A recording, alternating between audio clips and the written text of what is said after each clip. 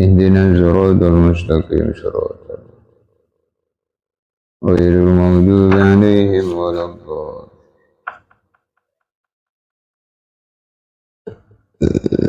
الحمد لله الذي أوضح الطريق للطالبين وسهل منهج السعادة للمتقين وبصر بصير المصدقين بسائر الحكم والأحكام في الدين ومنحهم أسرار الإيمان وأنوار الإحسان واليقين وأشهد أن لا إله إلا الله وحده لا شريك له الملك الحق المبين وأشهد أن سيدنا محمدا عبده ورسوله الصادق الوعد الأمين القائل من يريد الله به خيرا يفقهه في الدين صلى الله عليه وعلى آله وأصحابه والتابعين لهم بإحسان إلى يوم الدين. Alhamdulillah jamaah salat maghrib yang dimuliakan Allah, berkesempatan kita sama-sama di malam ini iktikaf maghrib sampai isya kita isi dengan kajian rutin kita ngaji malam Sabtu. Semoga dengan amalan ini, amalan ta'lim ini, Allah subhanahu wa ta'ala menambah ilmu dan kepahaman kepada kita sehingga semakin hari kita semakin berada dalam peningkatan iman, peningkatan amal. May yuridillahu bihi khairan yufaqihu fiddin.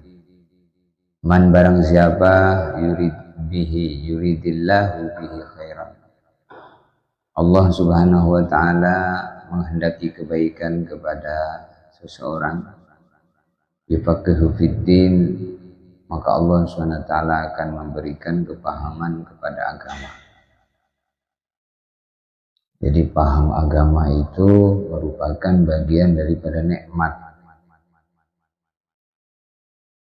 yang besar, sehingga ketika kita duduk di antara dua sujud, di waktu itu kita membaca Rabbighfirli warhamni wajburni warfa'ni warzuqni wahdini wa'afini wa'fu anni. Rabbighfirli, ya Allah ampuni aku, warhamni, sayangi aku, wajburni, engkau tambal kekurangan dalam ibadahku. Jadi sebenarnya ibadah kita itu banyak bolongnya, banyak kurangnya. Tapi kalau kita ini bolong-bolongnya tadi ditambal oleh Allah, maka jadi sempurna. Sebenarnya enggak sempurna, tapi disempurnakan oleh Allah. Dengan cara Allah memaafkan. Allah menerima sebatas kemampuannya yang diberikan Allah atas kemampuan itu. Wajburni, ditambal kekurangannya. Warfa'ni, ya Allah angkat derajatku, minta diangkat derajatnya. Derajat itu apa? Derajat itu kedudukan, pangkat di sisi Allah. Al-Imam Ibnu Athaillah As-Sakandari mengatakan, man arada ayya'rifa manzilatahu 'indallah falya'lam manzilatallah fi qalbihi. Man barang siapa aroda ayya'rifa manzilatahu 'indallah, pengen tahu sejauh mana pangkatnya di sisi Allah, sejauh mana harganya di sisi Allah, nilai dirinya dalam penilaian Allah. Saya ini di sisi Allah ini seberapa saya ini? Yang kata Imam Ibn Athaillah, siapa pengen tahu seberapa nilainya, seberapa harganya, seberapa pangkatnya, kedudukannya di sisi Allah, falya'lam manzilatallah fi qalbihi. Maka dengan cara bagaimana dirinya menghargai, menyikapi perintah-perintah Allah. Jadi kalau kita ini menyikapi perintah Allah dengan penuh semangat, sungguh-sungguh, dikasih sholat bahagia, senang, nikmat, berarti pangkat di sisi Allah dia tinggi. Tapi kalau biasa-biasa bahkan tidak menggubris dengan perintah Allah, disuruh sholat tak sholat, disuruh puasa nggak puasa, malah maksiat, nah itu tandanya berarti hina di sisi Allah. Sehingga dalam riwayat disebutkan, man hanat alaihi sholatu fahuwa indallahi ahwan. Man barang siapa hanat alaihi sholatu, menjadi remeh dalam pandangan dirinya urusan sholat. Sholat itu enggak penting. Sholat itu bagi orang yang enggak punya gawe, enggak punya kesibukan. Saya ini sibuk, enggak bisa sholat. Sholat itu bagi orang yang enggak punya waktu. Saya ini waktu sibuk, enggak bisa saya sholat, enggak ada waktu. Ini meremehkan namanya. Bahwa indallahi ahwan, maka orang yang seperti itu di sisi Allah paling remeh, paling hina.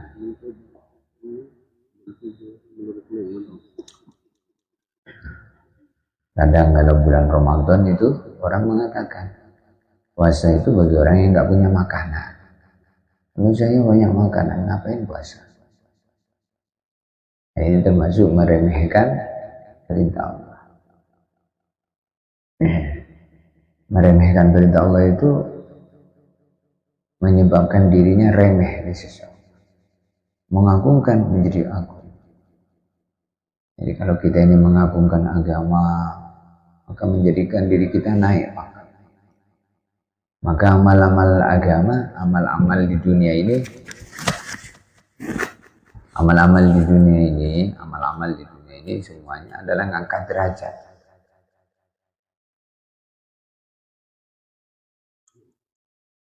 Warfa'ni, angkat derajatku ya Allah. Maka nanti derajat di surga itu tergantung amal. Derajatnya surga itu derajatnya amal. Jadi kalau di surga itu orang semakin naik derajat demi derajat.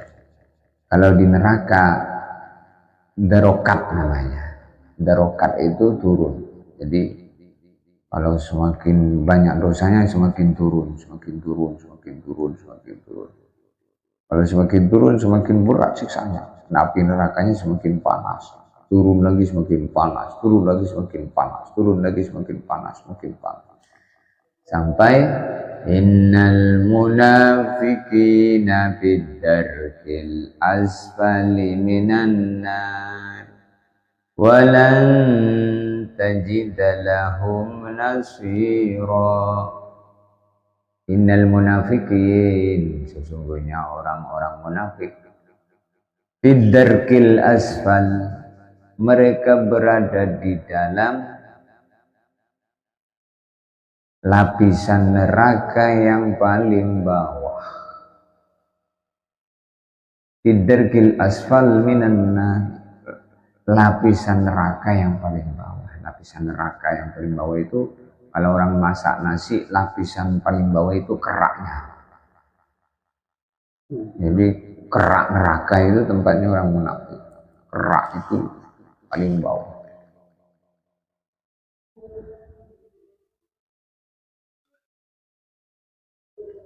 Warzuqni, engkau beri saya rizki, kasih rizki. Rizki itu kalau diberikan Allah kepada orang sholat, maka rizki yang barokah. Segala pemberian Allah itu rizki. Dan rizki berupa uang, berupa kebun, berupa butiran-butiran nasi yang kita makan. Rizki. Allahumma barik lana fima razaqtana wa qina azabannar. Allahumma ya Allah barik lana fima razaqtana. Segala apa yang kau rezekikan kepada kami, engkau berkahi. Itu artinya. Wa qina azabannar, kalau saya nanti mati, masukkan, selamatkan kami dari api neraka. Itu doa makan. Dalam itu disebutkan siapa orang mau makan, baca doa itu, dosa-dosanya diampuni. Setelah makan, alhamdulillahilladzi at'amana boleh. Wa razaqani min ghairi haulin wala quwwah. Ya Allah, terima kasih atas makanan yang kau berikan kepadaku. Engkau telah memberi aku makan. Alladzi at'amana wa saqana, engkau telah beri saya minum. Wa ja'alana minal muslimin, engkau telah menjadikan saya orang Islam.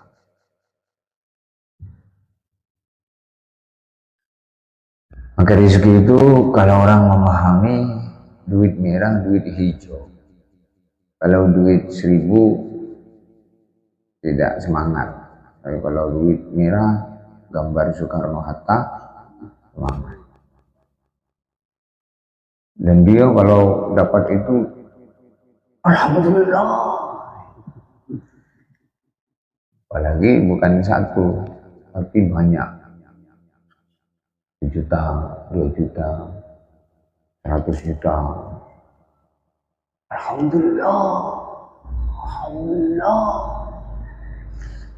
Tapi kalau bangun malam tahajud, tidak alhamdulillah. Dari mana? Dari masjid. Oh, tahajud. Biasa. Baca Quran biasa.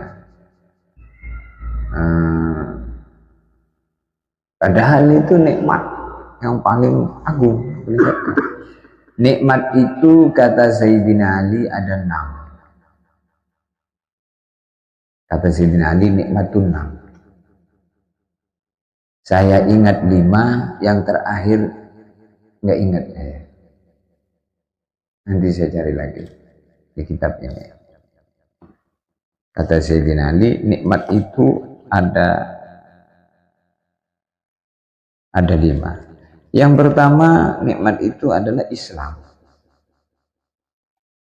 Jadi kita yang dikasih Islam itu nikmat tertinggi setinggi-tingginya, nikmat itu Islam. Karena dengan Islam itu dia akan masuk surga. Selain orang Islam tidak bisa masuk surga. Jadi syarat pertama itu Islam.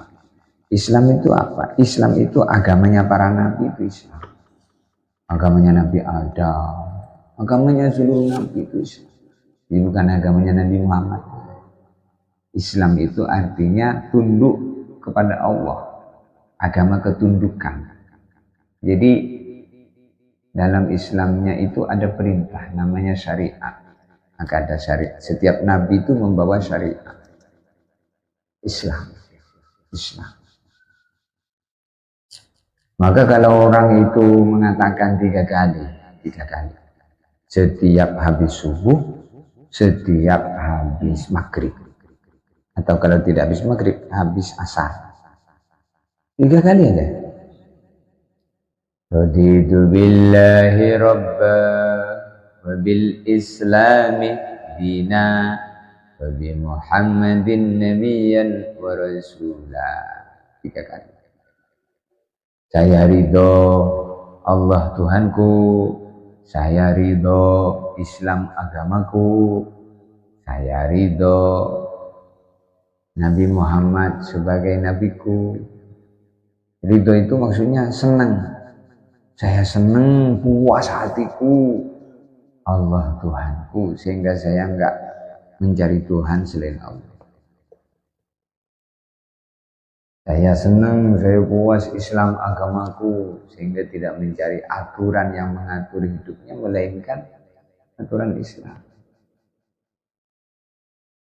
Aturan Islam itu ada halal, ada haram, ada boleh, ada tidak boleh. Saya ridho Nabi Muhammad sebagai nabiku. Kalau orang itu baca itu 3 kali, habis maghrib sama habis subuh, kata Nabi, nanti akan aku tuntun dia, aku pegang tangannya, masuk surga. Ya. Nabi nuntun. Masya Allah. Jadi kalau dituntun oleh Nabi ya selamat. Insya Allah hafal semua ya. Nanti kalau tidak hafal boleh nanti saya catat. Saya catatkan. Raditu billahi robba. Ayo bareng. Raditu billahi robba. Wabil islami dinan. Wabi Muhammad nabiyya. Raditu billah robba. Wabil Islam dinan. Wabi Muhammad nabiyya. 3 kali. Kalau nggak hafal bahasa Indonesia, bahasa Arabnya, bahasa Indonesia, saya bagi 3 kali. Saya puas Allah Tuhanku. Saya puas Islam agamaku. Saya puas Nabi Muhammad nabiku. Rasa-rasa ini hati. Ulangi lagi. Saya puas Allah Tuhanku. Saya puas Allah Tuhanku. Saya puas Islam agamaku. Saya puas Nabi Muhammad nabiku. Nanti kalau dirasa-rasain itu nanti dipuaskan nian ya. Dipuaskan dengan Allah itu maksudnya. Jadi nyembah Allah itu nikmat. Nyebut Allah itu nikmat. Allah. Nikmat. Ibadah itu nikmat.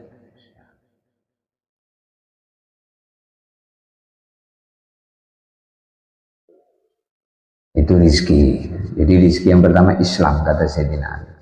Kemudian yang kedua Quran.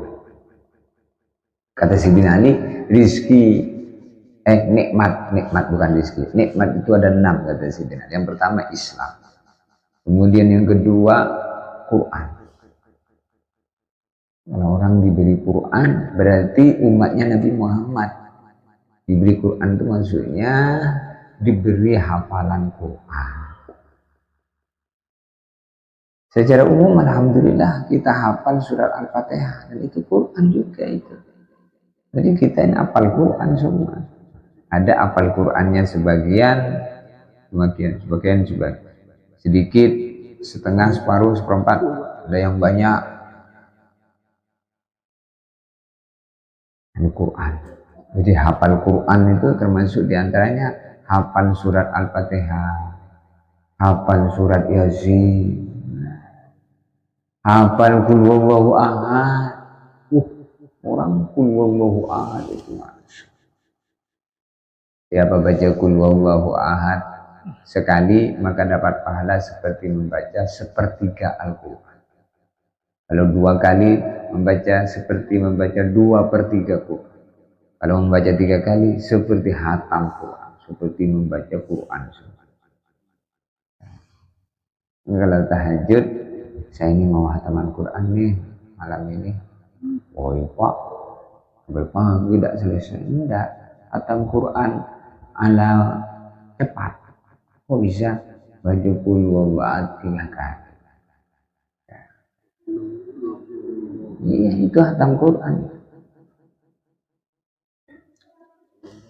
Nah, maka Siti Aisyah dipesan, jangan kamu tidur sebelum ngatamin Quran.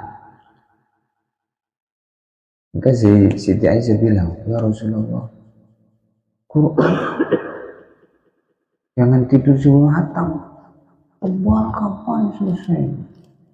Nah, kau itu sebelum tidur baca Qul Huwallahu 3 kali, maka kamu dapat pahala hatam Quran. Jadi hafal Qul Huwallahu itu 1 derajat. Apalagi hafal Qul A'udzu Birabbil Falaq, ada lagi hafal Qul A'udzu Birabbil Nas, hafal 10 surat, hafal 20 surat, hafal 1 juz, hafal 2 juz, hafal 3 juz. Semakin tinggi, semakin tinggi, semakin tinggi. Dalam kitab Busrul Kaib, barang siapa menghafal Al-Quran, memulainya, lalu kemudian meninggal dunia di saat menghafal itu, sedangkan dia belum selesai menghafalnya, maka Allah mengutus 1 malaikat untuk menjadi guru Quran di kubur. Jadi di kubur itu belajar Quran sama malaikat, setoran Quran sama malaikat. Bangkit dalam kubur sudah jadi hafiz Quran. Jadi kita ini mulai hafal seayat 2 ayat, sehuruf 2 huruf. Niatnya ngapal Quran. Saya niat ngapal Quran ini. Niat ngapal Quran? Iya, punya ngapal Quran nih. Nanti kalau saya mati, saya lanjutin nih ngaji di kubur ini. Maka kata para ulama, kira-kira kalau sedang setoran Quran dikubur sama malaikat, apakah dipukul sama malaikat mungkar nakir? Enggak, sedang ngaji. Maka kalau orang diberi Quran, alladzi laisa fi jawfihi syai'un minal Quran kal baitil harib. Orang yang tidak punya hafalan Al-Quran walaupun sedikit, dia itu seperti rumah hantu. Rumah hantu itu rumah yang banyak jin, banyak setan. Maka kalau orang itu nggak punya Quran, nggak hafalan Quran, dia itu banyak setannya. Nah, kalau orang itu sholat, setannya lari dari dirinya. Ketika adzan berkumandang, setan itu lari. Wa alaihi durat kaduratil himar, lari ke WC sambil terkentut-kentut seperti kentutnya keledai. Kalau adzan berkumandang itu setan lari ke WC sambil kentut. Maka WC itu markasnya setan. Kadang orang betah di WC itu. Maka kalau kita masuk WC, suruh baca doa, Allahumma inni a'udzubika minal khubusi wal khaba'is. Ya Allah, aku berlindung kepadamu di dalam WC ini dari gangguan setan laki-laki dan setan perempuan. Jadi setan itu seperti manusia ini, ada jenisnya. Ada setan laki-laki, ada setan perempuan. Maka setan itu juga kawin dengan setan, kawin dengan sesama setan, dan punya anak. Dan setan itu sejak setan pertama sampai sekarang belum ada yang mati, beranak terus.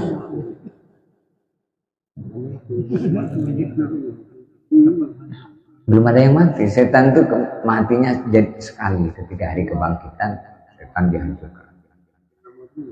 Kenapa? Karena setan ketika dikeluarkan dari surga, dia usul sama Allah, minta supaya dipanjangkan umurnya. Maka setan mengatakan, Rabbi fa'anzirni ila yaumi yub'atsun. Rabbi, ya Allah, fa'anzirni ila yaumi yub'atsun. Engkau tangguhkan umurku, enggak mati kamu. Jangan kau buat saya mati sampai hari kebangkitan. Jadi setan tuh tidak ada yang mati, mulai setan pertama sampai hari kebangkitan baru setan itu dimatikan. Jadi setelah manusia mati semua, yang digoda ini mati semua, kemudian bangkit dalam kubur, baru setan mati. Wah, setan itu banyak. Iya, beranak pinak terus setan. Maka Allah tanya, kata Allah, innaka minal mundzirin. Oh ya, saya jadikan kamu umurnya ditangguhkan. Maksudnya tidak dimatikan sampai hari kebangkitan. Maka Allah tanya, kamu tuh mau seperti itu, maunya apa? Maka setan menjawab, la ughwiyannahum ajma'in illa ibadaka minhumul mukhlasin. La ughwiyannahum ajma'in. Saya akan menyesatkan manusia semua. Kenapa setan itu mau menyesatkan manusia? Karena setan itu dikeluarkan dari surga gara-gara nggak sujud sama manusia. Maka dia dendam bebuyutan sama Nabi Adam sama cucunya sampai hari kiamat. Dendamnya. Maka setan itu musuh kita. As-syaitan adu takhidhu adu. Jadi yang musuh kita itu setan, bukan tetangga kita. Tetangga kita bukan musuh kita. Bukan sesama manusia. Kalau sesama manusia itu jangan bermusuhan, tapi bersaudara. Innamal mu'minuna ikhwatun. Sesungguhnya orang-orang yang beriman mereka bersaudara. Fa aslihu baina akhawaikum. Maka perbaikilah hubungan persaudaraan di antara kalian. La tabaghadu, jangan saling marah. La tahasadu, jangan saling hasad. Hasad itu dengki, jangan saling dengki. Wa kunu ibadallahi ikhwana.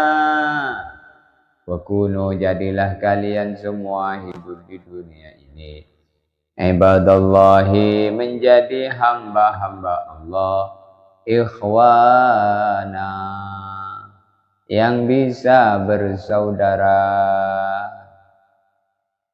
Maka kita ini ukhuwah Islamiyah. Kalau seagama, ukhuwah Islamiyah, saudara sesama agama Islam.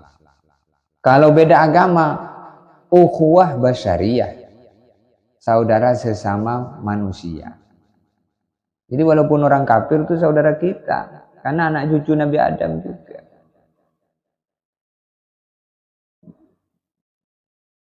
Ukhuwah insaniyah, basyariyah, ukhuwah biladiyah, saudara sebangsa. Ukhuwah biladiyah, saudara sebangsa. Ukhuwah watoniyah, saudara setanah air. Watoniyah itu tanah airku Indonesia. Indonesia Raya, merdeka, merdeka tanahku, negeriku yang kuci. Ayo bareng. Indonesia Raya, merdeka, merdeka, hiduplah Indonesia Raya. Indonesia Raya, merdeka, merdeka, negeriku yang kucinta, Indonesia Raya, merdeka, merdeka, hiduplah Indonesia. Itu yang nyusun lagu Indonesia Raya itu Habaib itu, cucunya Rasulullah itu. Yang nyusun Indonesia Raya itu merdeka, merdeka.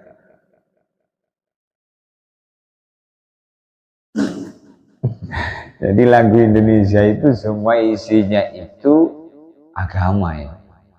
Pancasila. Satu, ketuhanan yang Maha Esa. Itu Qulhuwallahu Ahad itu. Pancasila itu. Satu, ketuhanan yang Maha Esa. Ketuhanan yang Maha Esa itu Qulhuwallahu Ahad.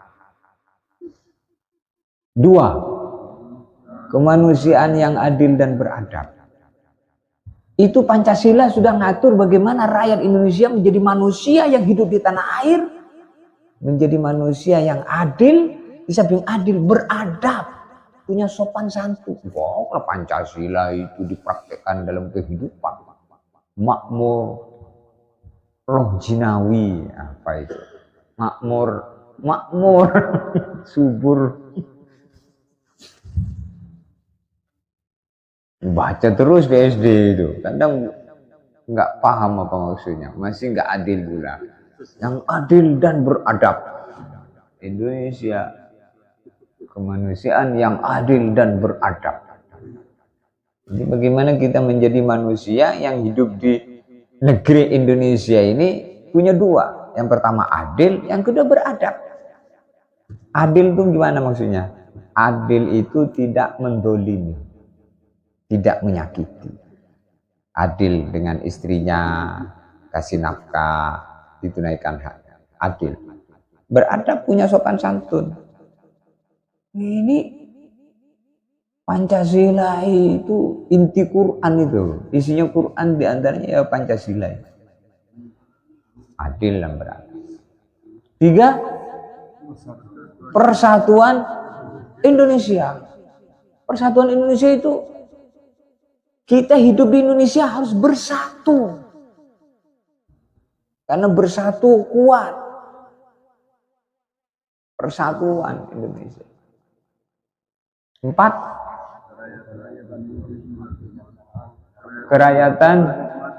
kerakyatan yang dipimpin oleh hikmat, kebijaksanaan, perwakilan dalam permusyawaratan. Maksudnya menyelesaikan masalah di Indonesia ini harus dengan musyawarah, hikmah, musyawarah, dipimpin oleh hikmah. Hikmah itu dipimpin oleh pemimpin musyawarah. Jadi itu Indonesia itu ngamalkan wasyawirhum fil amr, fa idza azamta fatawakkal 'ala Allah.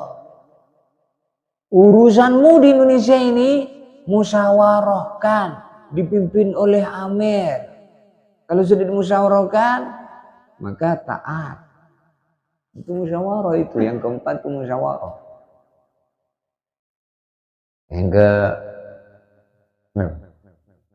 Yang kelima? Nah, yang kelima, kerakyatan, keadilan sosial bagi seluruh rakyat Indonesia. Jadi keadilan itu harus merata, nggak boleh untuk ke sebagian golongan saja. Itu Pancasila, itu Quran itu. Yang nyusun itu wali Allah. Karena ketika Indonesia itu merdeka, itu yang andil dalam mereka itu kiai-kiai, ulama-ulama itu. Senjatanya bambu runcing. Bukan bom nuklir, bambu runcing. Tapi bukan sekedar bambu runcing, itu bambu runcing yang sudah diisi asma-asma, kekuatan-kekuatan rohani, kekuatan ilmu itu. Dibacain dulu sama kiai-kiai. Akhirnya yang megang bambu runcing itu nggak kelihatan sama Belanda. Maka Bung Tomo di Surabaya tampil Allahu Akbar. Maka takbir menggema itu, Bung Tomo itu mengusir Belanda itu di Surabaya. Allahu Akbar. Itu siapa itu kalau bukan orang Islam nyebut Allahu Akbar. Maka yang syahid di perang sama Belanda itu, yang meninggal tuh syahid semua, itu kayak sahabat perang sama orang kafir. Jadi bambu runcing, janur kuning dililit di kepala, nggak kelihatan sama musuh. Akhirnya musuhnya mana ini? Pakai senapan dulu, mana ini? Nggak kelihatan. Padahal orang Indonesia mendekati dia, mana ini? Pas lagi melotot, mana ini? Sama bambu runcing tusuk macam mati dia. Tidak kelihatan, maka diambil senjatanya sama rakyat Indonesia, tembakkan ke Belanda. Itu kalau tidak ditolong oleh Allah Indonesia. Jadi Indonesia ini merdeka tetesan darah syuhada itu. Makanya proklamasi. Oh, itu Bung Karno itu proklamasi itu. Tahun 45 itu musyawarah dulu dengan para habaib. Maka benderanya merah putih, bukan asal bendera merah putih itu. Merah itu darah. Putih itu sucinya hati itu. Tetesan darah itu. Merah putih. Kok Ustadz tahu? Ya tahulah dikit-dikit. Kan saya lulusan SD. Belum tentu lulusan S1 Pak. La ilaha illallah, itu maksudnya. Jadi kita ini bersaudara. Aktsiru minal ikhwah, perbanyak saudaramu, fa inna likulli mu'minin syafa'ah, sebab setiap satu orang iman bisa nolong kamu di hari kiamat. Ya, kita ini bersaudara. Maka termasuk nikmat ya punya saudara. Islam, Quran. Kemudian yang ketiga, Nabi Muhammad. Kata Sayyidina Ali, nikmat itu ada 6. Yang pertama Islam, yang kedua Quran, yang ketiga Nabi Muhammad. Nabi Muhammad itu termasuk nikmat yang tertinggi. Sehingga dengan kita jadi umatnya, Masya Allah, api neraka haram membakar umatnya Nabi Muhammad. Kita jadi umatnya Nabi Muhammad ini nikmat. Seluruh Nabi minta jadi umatnya, yang dipenuhi cuma Nabi Isa. Nanti Nabi Isa turun jadi umat. Nabi Isa nanti bunuh Dajjal. Nabi Isa kemudian membunuh anjing dan babi. Setelah itu Nabi Isa membunuh Dajjal. Orang-orang kafir dibunuh semua.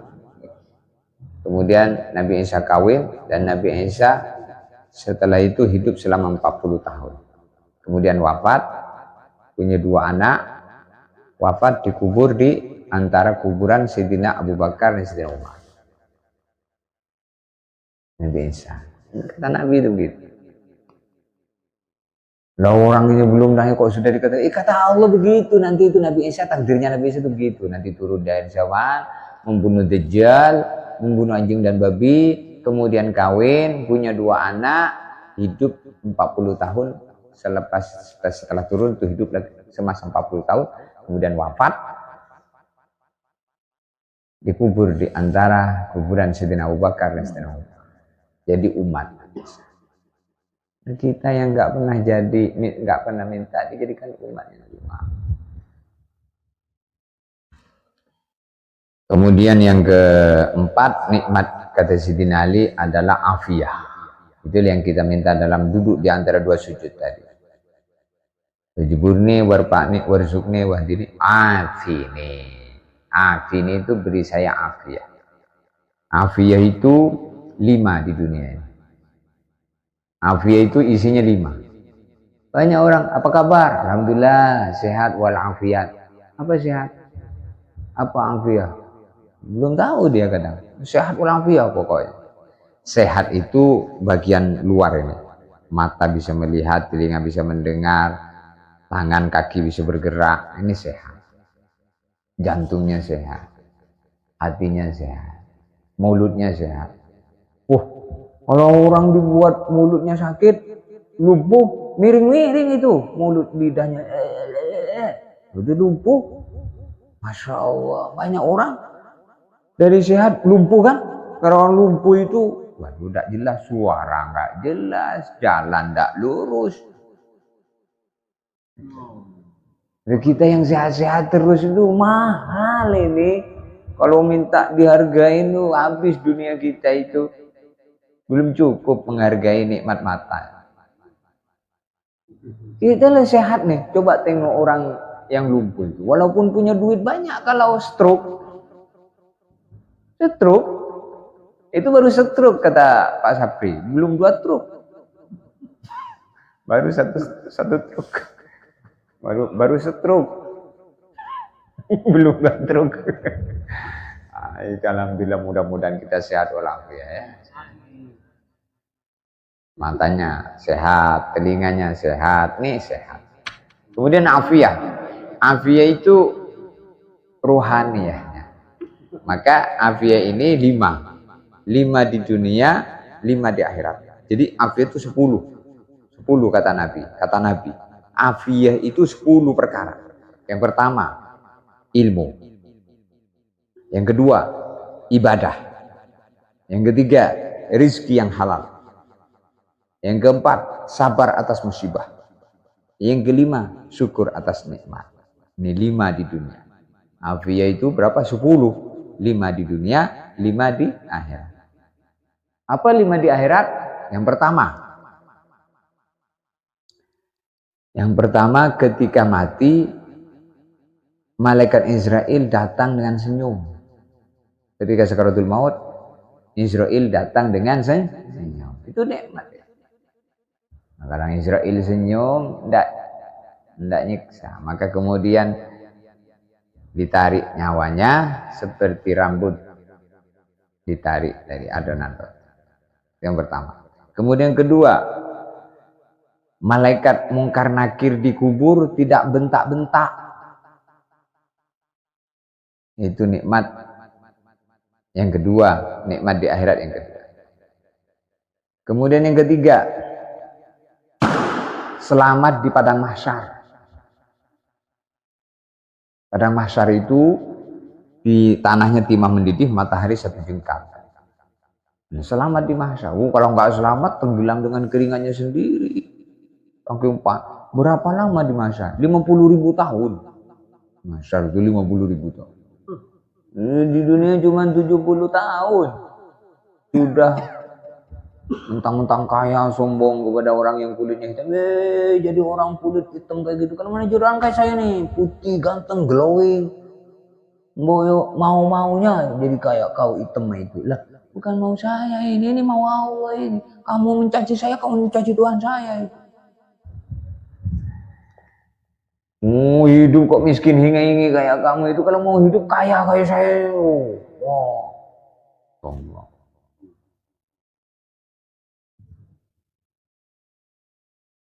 Mahsyar, selamat di mahsyar. Kemudian yang keempat, selamat dari diputus masuk neraka. Kalau selamat dari diputus masuk neraka berarti dimasukkan surga. Kemudian yang kelima, masuk surga tanpa hisab. Itu afiyat itu. Ya, kalau kita ini mau ringkas doa, ya Allah saya minta kebaikan agama, dunia dan akhirat. Beri saya afiah, beri saya afiah, beri saya afiah. Kalau sudah diberi afiah, dikasih ilmu.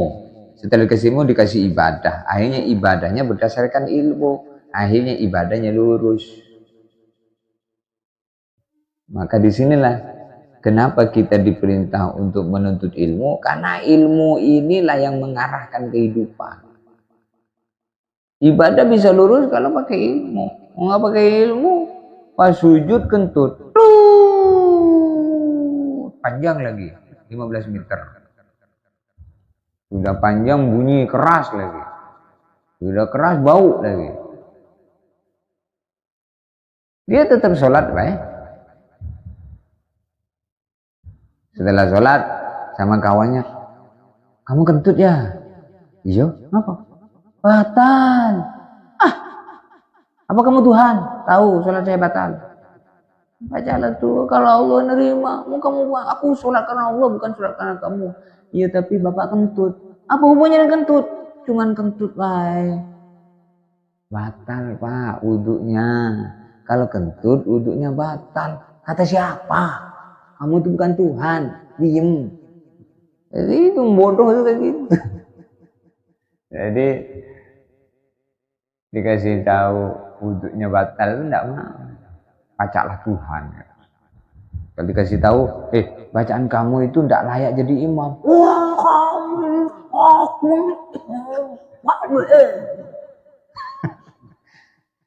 bahaya itu. Di Jawa itu saya punya kawan, dia nikah sama orang Ngawi, terus dia namanya dia Ustadz, tahu bacaan yang pas, yang benar, yang tidak. Nah mertuanya ini imam masjid, sudah 20 tahunan lah imam di musola. Bacanya peletot-peletot. Nah pas dia makmum, peletot-peletot, dipanggil lah, baik-baik, Pak, bacaan bapak keliru. Hah? Diminta menantunya tadi dia. Bacaan bapak itu keliru, nggak sah jadi imam. Wah, katanya. Berarti saya selama 20 tahun sholat saya batal. Diusir itu menantunya. Malu karena malu katanya. Jadi tidak boleh urusan agama itu karena malu gengsi. Jangan. Memang, oh iya nak, ya boleh sekarang kamu aja nak yang jadi imam, bapak jadi makmum baik. Gitu, namanya tahu diri.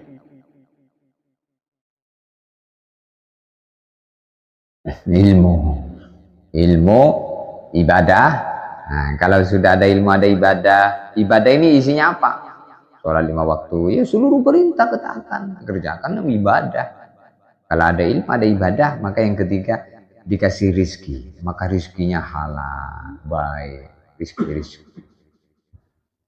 Kalau dikasih ilmu, dikasih ibadah, dikasih rizki, maka rizki yang dimakan karena ibadah dasar ilmu, maka masuk ke dalam hati jadi darah daging yang bagus. Nah, makanan yang baik dimakan jadi darah daging yang bagus. Akhirnya 2 yang terakhir, sabar atas musibah, syukur atas nikmat. Orang nggak mampu sabar, nggak mampu syukur itu kenapa? Karena darahnya itu darah yang bercampur dengan makanan yang halal.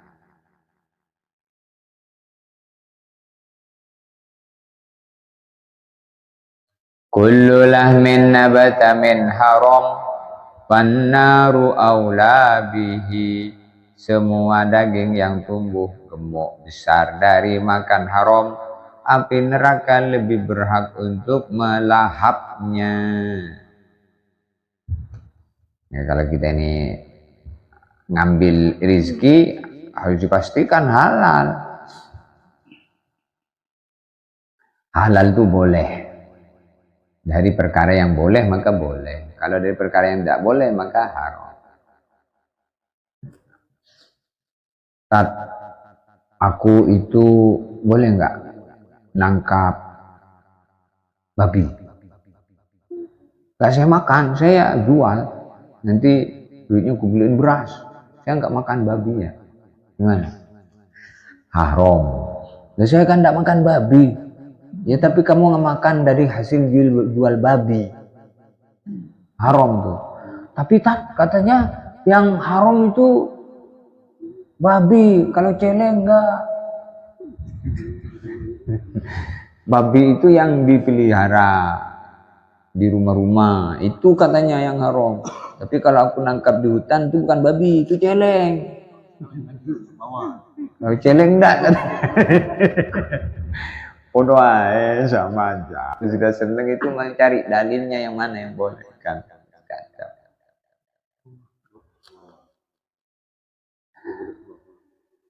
Al-Fatihah. Terus. Subhanallah wa bihamdihi, subhanallah. Assalamualaikum warahmatullahi wabarakatuh.